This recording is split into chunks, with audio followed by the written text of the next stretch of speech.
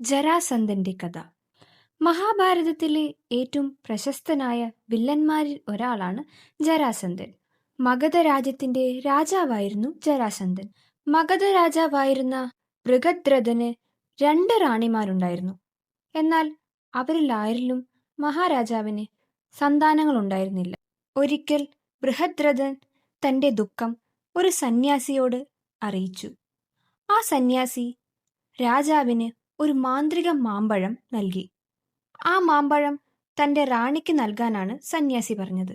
തന്റെ റാണിമാരെ ഒരുപോലെ സ്നേഹിക്കുന്ന ബൃഹദ്രഥൻ ആ മാമ്പഴം 2ആയി മുറിച്ച് തന്റെ റാണിമാർക്ക് നൽകി. കാലക്രമേണ റാണിമാരും ഗർഭിണിയായി.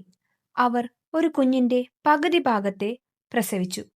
താൻ കാത്തിരുന്ന് കിട്ടിയ തന്റെ സന്താനം പകുതി പകുതിയായി ജനിച്ചതിന്റെ ദുഃഖത്തിൽ ആ മാംസഭാഗത്തെയും കാട്ടിൽ ഉപേക്ഷിക്കാൻ രാജാവ് തീരുമാനിച്ചു.